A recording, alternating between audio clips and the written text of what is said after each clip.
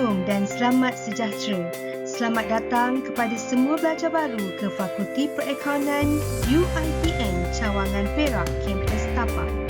Kami ingin mengucapkan setinggi-tinggi tahniah kepada anda semua kerana telah berjaya melanjutkan pelajaran ke Diploma Sistem Maklumat Perakaunan di Universiti Teknologi Mara. Pada sesi taklimat hari ini, kami akan berkongsi dengan para pelajar beberapa maklumat berkenaan dengan program AC120. Di antaranya adalah maklumat berkenaan koordinator program, maklumat tentang program AC120, maklumat tentang tenaga pensyarah, tata cara pendaftaran khusus, peraturan akademik dan soalan-soalan lazim yang sering diajukan kepada pihak fakulti. Untuk maklumat semua pelajar, program AC120 ataupun Diploma Sistem Maklumat Perakaunan diterajui oleh Ketua Pusat Pengajian Fakulti sendiri iaitu Profesor Madya Dr. Ahmad Saiful Azmin Putih Salim. Beliau bertanggungjawab untuk menelaras dan menyelia hal ehwal pentadbiran dan akademik bagi Fakulti Perakaunan dan juga bertanggungjawab sebagai koordinator dan pengurus utama bagi program AC120 di dalam sistem UiTM. Untuk berhubung sebarang masalah berkenaan dengan hal ehwal akademik bagi program AC120, pelajar bolehlah berhubung dengan beliau di maklumat seperti yang tertera. Berikut adalah ringkasan maklumat tentang program AC120. Untuk makluman para pelajar, program ini telah ditawarkan secara sebelum masa bermula tahun 2014 di kampus Tapak. Tempoh pengajian bagi program ini adalah sebanyak 2 tahun setengah bagi sebelum masa dan ia dibahagikan kepada 5 semester. Sebanyak 34 kursus yang terkandung di dalam pelan pengajian program AC120 yang bersamaan dengan 90 jam kredit bagi 5 semester keseluruhannya. Para pelajar perlu mendaftar dan lulus ke semua kursus di dalam pelan pengajian ini bagi dianugerahkan diploma. Untuk pengetahuan semua juga, program ini telah pun lulus di bawah Agensi Kelayakan Malaysia sejak tahun 2004. Untuk pengetahuan para pelajar, objektif utama program AC120 ini diwujudkan adalah untuk melatih lulusan perakaunan dalam bidang perakaunan dan sistem maklumat pada tahap sub-profesional.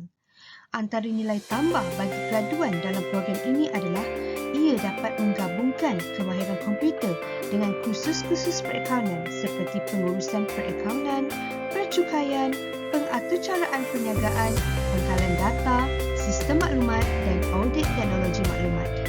Program ini juga bertujuan untuk menghasilkan pentadbir sistem maklumat perakaunan yang dapat menganalisis sistem maklumat keuangan dan menyediakan perkhidmatan perakaunan berkualiti tinggi dalam semua bidang perniagaan.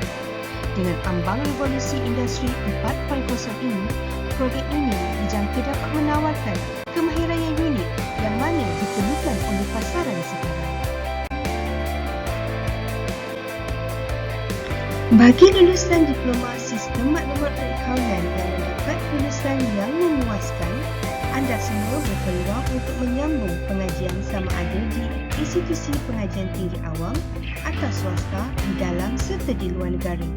Antara program-program yang ditawarkan adalah Ijazah Sarjana Muda Perakaunan Kepujian di UiTM, Ijazah Sarjana Muda Perakaunan di IPTA, IPTS di dalam dan di luar negara, dan juga para pelajar mempunyai peluang untuk menyambung pengajian ke dalam program profesional seperti MICPA, ACCA dan CIMA.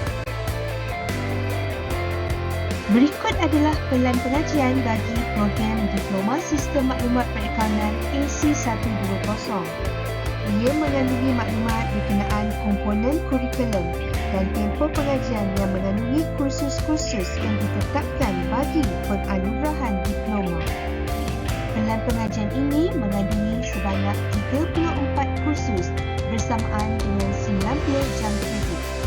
Para pelajar perlulah mendaftar ke semua kursus-kursus di dalam pelan pengajian ini dan lulus bagi dianugerahkan Diploma Sistem Maklumat Perakaunan. Untuk pengetahuan semua, pengambilan pelajar bagi program AC120 hanya dijalankan sekali setahun. Berikut adalah enrolment pelajar bagi semester yang lepas Mac Julai 2020. Seramai 137 orang yang berada di semester 2 dan 134 orang pelajar berada di semester 4. Tiada pelajar bagi semester 1, 3 dan 5 disebabkan pengambilan yang dijalankan sekali setahun yang dimaklumkan sebelum ini. Berikut adalah tenaga akademik di bawah Fakulti Perakaunan. Fakulti Perakaunan mempunyai seramai 44 orang pensyarah yang terdiri daripada 10 orang pensyarah lelaki dan 34 pensyarah wanita.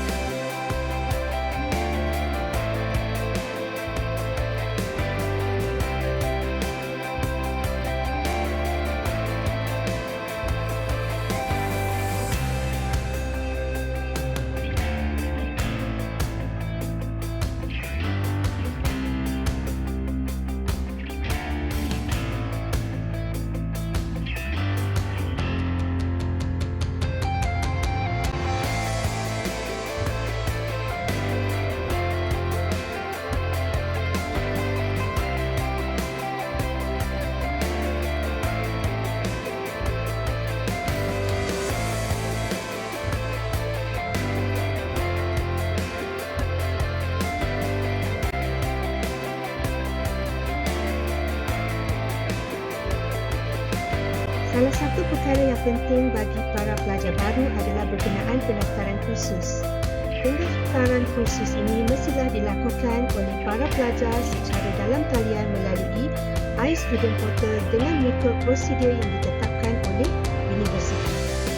Sebelum memulakan pendaftaran, para pelajar perlu mengambil maklum tentang beberapa perkara penting, di antaranya adalah kalender akademik, pengetahuan tentang iStudent Portal, maklumat tentang pelan pengajian masing-masing mengikut program dan juga beberapa perkara di dalam pendaftaran iaitu berkenaan kursus yang mempunyai prasyarat. Berikut adalah keratan kalender akademik yang telah dimuat turun dari laman web UiTM sendiri.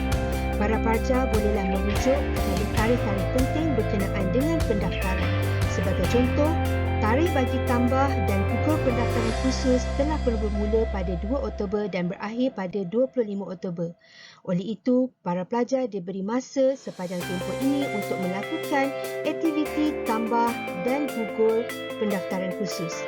Jika para pelajar mempunyai sebarang permasalahan, bolehlah merujuk kepada penasihat akademik bagi membantu hal ehwal akademik yang berkaitan.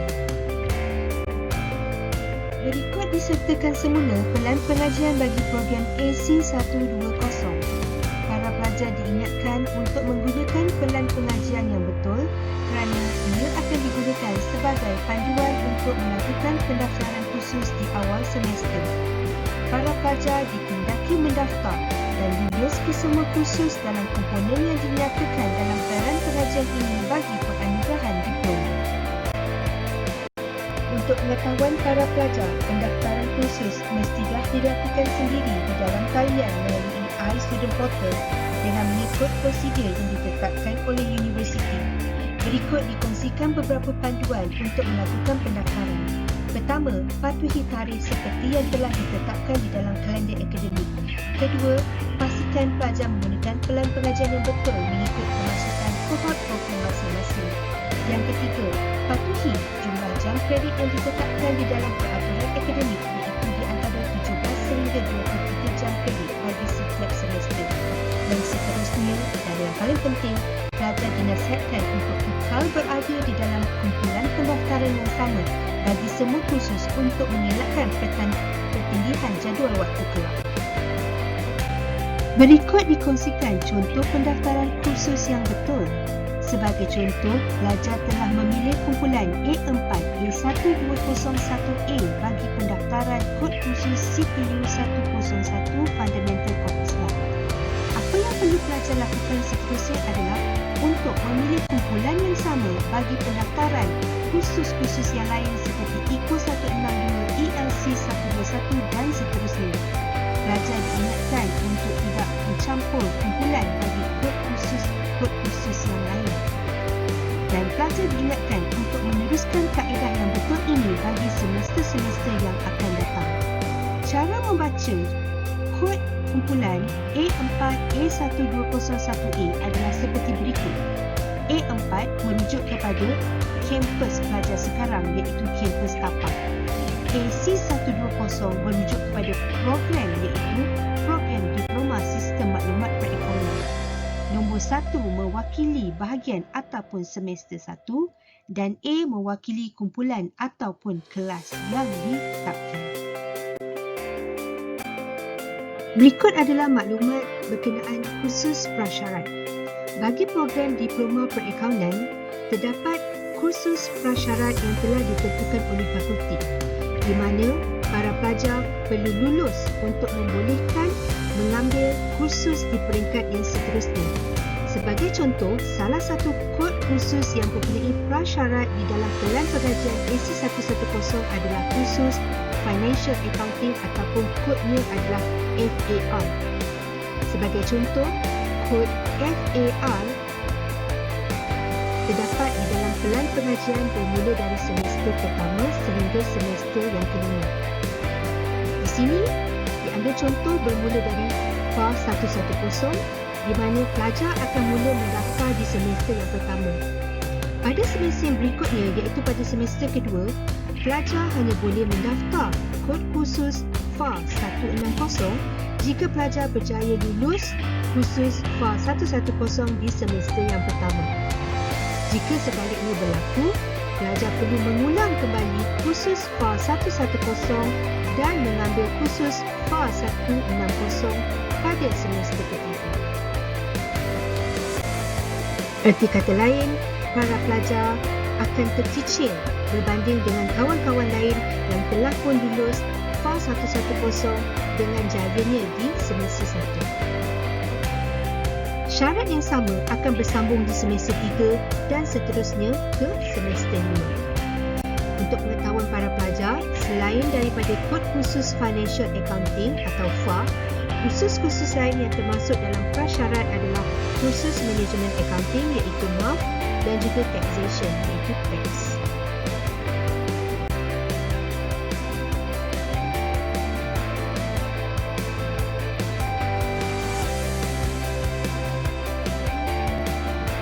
Berikut adalah maklumat tentang peraturan akademik pindaan 2017. Peraturan akademik ini terpakai kepada semua pelajar di ITM, tidak kira latar belakang program maupun mood pengajian. Pelajar adalah bertanggungjawab sepenuhnya terhadap sebarang kesan ketidakpatuhan terhadap peraturan dan prosedur yang telah ditetapkan. Peraturan akademik pindaan 2017 ini boleh dimuat turun daripada laman web UiTM. Saya kongsikan di sini sedikit beberapa keratan maklumat di dalam peraturan akademik bagi rujukan para pelajar.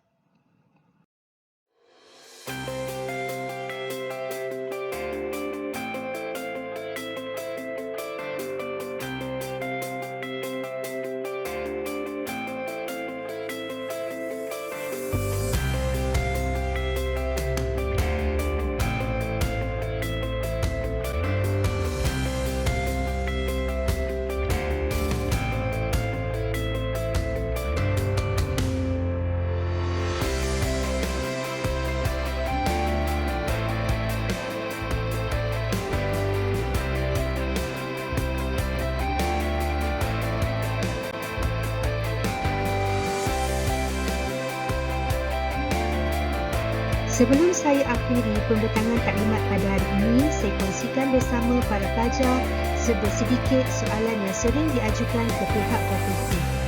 Soalan-soalan ini mempunyai beberapa implikasi terhadap pengajian pelajar. Oleh itu, saya nasihatkan para pelajar untuk merancang pengajian anda dengan baik dan selalu merujuk kepada fakulti ataupun penasihat akademik bagi memastikan anda semua dapat bergraduat dalam tempoh yang ditetapkan.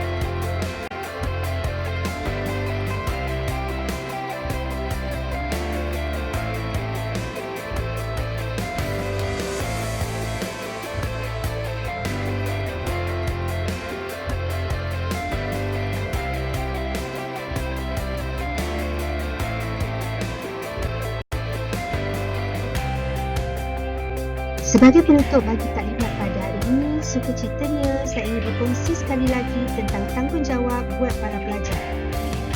Pastikan anda semua cakna tentang tarikh-tarikh penting di dalam kalender akademik. Pastikan kehadiran kuliah serta aktiviti pembelajaran lain mengikut arahan seperti yang ditetapkan di dalam kurikulum. Pelajar yang tidak mencapai kehadiran 80% dari jumlah jam temu untuk setiap kursus tanpa mendapat kebenaran tertulis dari fakulti tidak dibenarkan menduduki peperiksaan ataupun penilaian akhir kursus. Implikasinya adalah bagi kursus yang tiada peperiksaan akhir, kerja kursus tidak diberi penilaian dan para pelajar akan diberi grade F ataupun gagal dengan status ZZ. Akhir sekali, para pelajar hendaklah sentiasa berhubung dengan penasihat akademik masing-masing bagi sebarang permasalahan berkenaan hal ehwal akademik. Baiklah, sekian sahaja untuk hari ini. Saya mengucapkan selamat memulakan pengajian bagi semua pelajar. Amalkan kawalan kendiri yang baik dan sentiasa patuhi arahan yang ditetapkan.